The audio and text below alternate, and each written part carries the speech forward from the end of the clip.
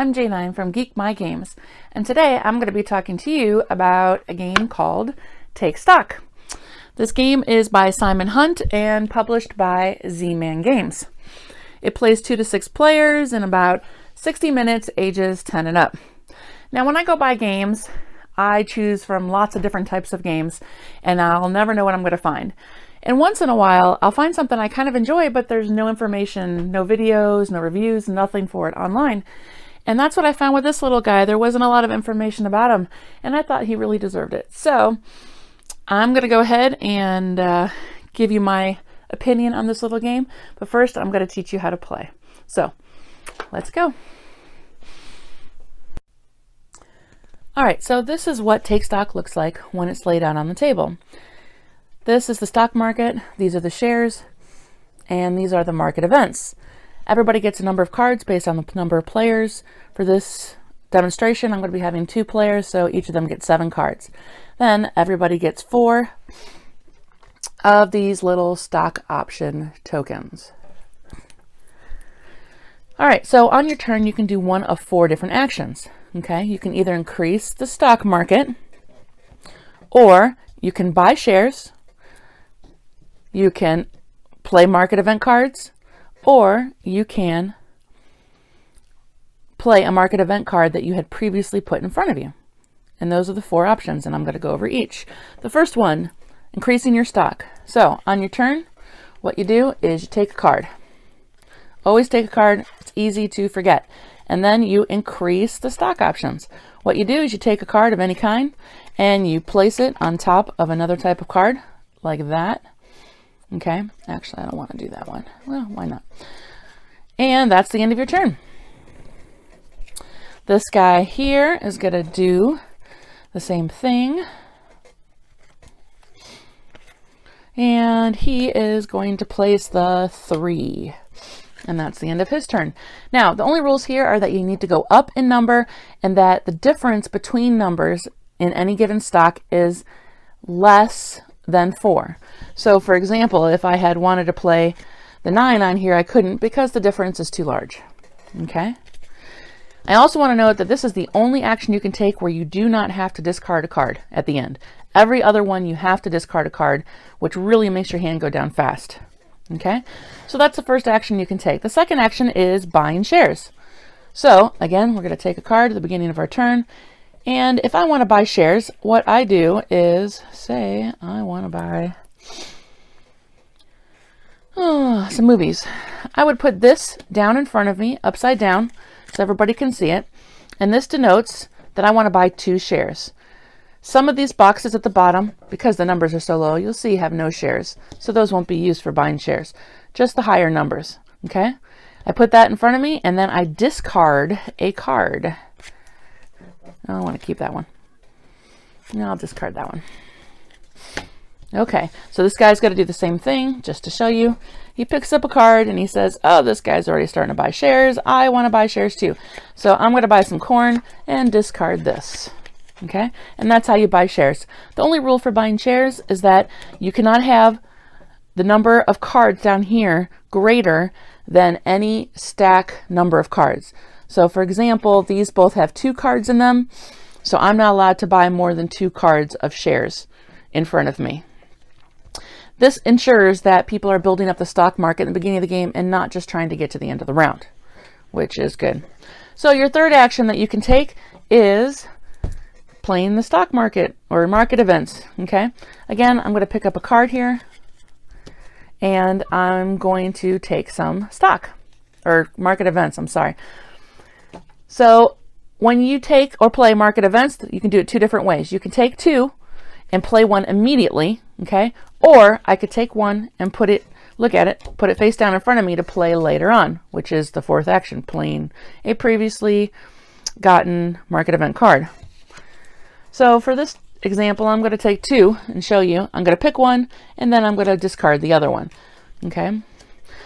Now, I'm not going to go over every single one of these cards because there's a lot of them, but I guarantee you after 1 or 2 plays, I knew what all of these meant. The artwork and the instructions on the cards are really self-explanatory, and it's really easy to pick up on it, okay?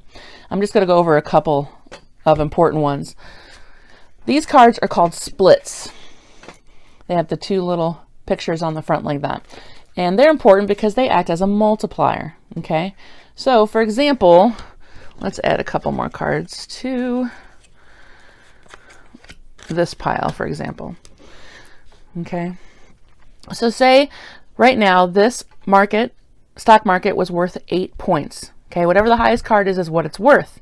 Then somebody put a split on it. This doubles it. It's now worth 16. Okay? There are more split cards in there, so you can conceivably act and add more splits as you go, and they act as a multiplier each time you add a card. Now this can get very high in points, which is why they invented this card, which is called a freeze. So I'm over here and I pick up market event and I see this, and I see this guy's getting a lot of points in corn. I'm going to go ahead and put a freeze on that. That means no one can play on this pile again. You cannot add a split, and you cannot increase the stock market at all. The only way to take this freeze off is if somebody were to get another freeze, place it on top, show that they had another freeze, and then discard the cards, and then this option would be back open again. Okay?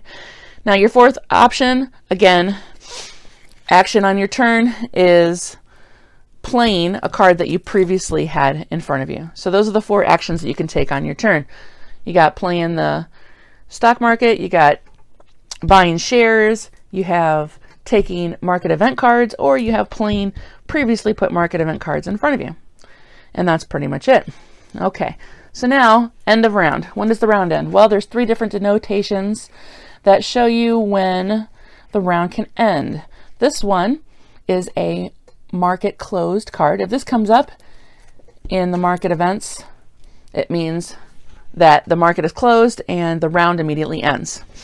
The other one is if somebody loses all of their cards or plays all of their cards and they have no cards left. That also means the round is over.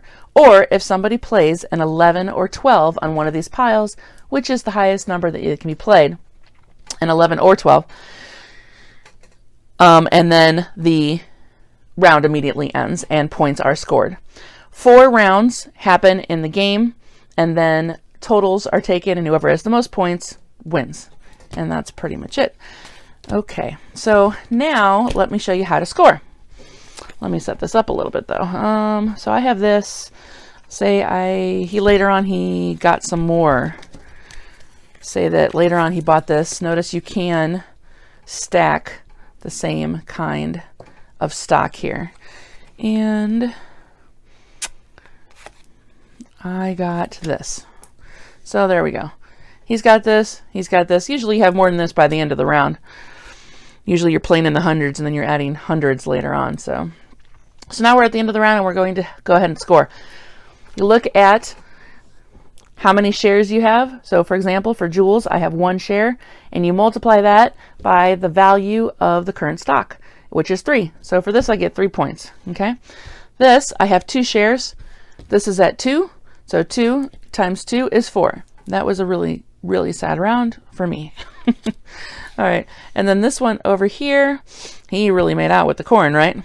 He's got 5 shares, and this is currently at 16. So his points would be 16 times 5. And so he really made out. Now, we have these stock option cards which can be used at this time as well. And what those do is that if you still have cards in your hand when the round ends, and you didn't get a chance to play something you really wanted to play for shares, like say it was toward the end of the game and I didn't realize he was going to go out and I had another corn card, for example. I could play one of my stock options and put this down as a share, and now I would get an extra 16 points. Okay, you can play as many of these stock option cards as you want. As you add more shares toward the end, there is no limit like there is while you're playing during the game. You can add as many as you want, and you can use as many of your stock options as you can or want to.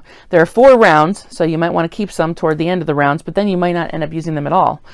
So you got to kind of weigh that carefully. Once these are played, they are out of the game completely. There is no other way to get these stock option tokens except for one.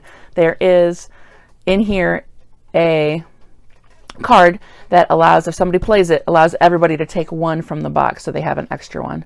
But other than that, that's pretty much it. So, and then 4 rounds, and then the game is over. So that's how you play Take Stock.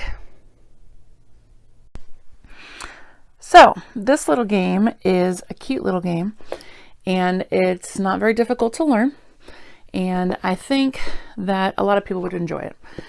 The time, 60 minutes, is pretty accurate as far as time goes on how to play the game. Of course, I played shorter games, especially with the 2-player edition. I think all ages can play this, but the sweet spot is really for ages 7 to 10. So even though it says 10 and up, I think definitely younger kids could play this. I think the artwork is really good. I think it's very colorful. It's really bright. It really keeps you engaged. The theme, if you like stock themes, then I guess that might appeal to you. It's not really a huge go-getter for me, but I do enjoy the game overall. Now I have to talk about the aspect of education and homeschooling, because this game, I think, has a lot to offer. Now, it's not so difficult that longtime gamers or heavy board gamers are going to love this one, but I think there's enough here to keep heavy board gamers relatively interested when playing with younger or, you know, new beginner gamers. Okay. That being said, I think that the elementary school age kids, once they get to 2nd, 3rd, 4th grade especially, would really benefit from the math in this game. There's a lot of adding, there's a lot of multiplication, and it's really good to practice your math facts. I also think that this is something that my parents, or at least my mom, would probably like to play, because for older people like my mom, she likes to play games to like keep her mind and her brain fresh, and this would probably be really good for her because it's not so boring, you know, where you're going to sit there and not know what you're going to be doing, but you know, you can keep your brain going and you're not going to fall asleep during this game. So overall, I think it's a good game. It's by far not my favorite game in the world, but I think that I'm definitely going to keep this one. My kids really like it. I enjoyed it. I think my husband might like it. And I'm definitely going to be using it for some math refreshers for all of my children, my 7-year-olds and my 10-year-olds. So I hope you liked this video. And if you did, go ahead and subscribe at the bottom. And until next time, don't just love your games, geek your games.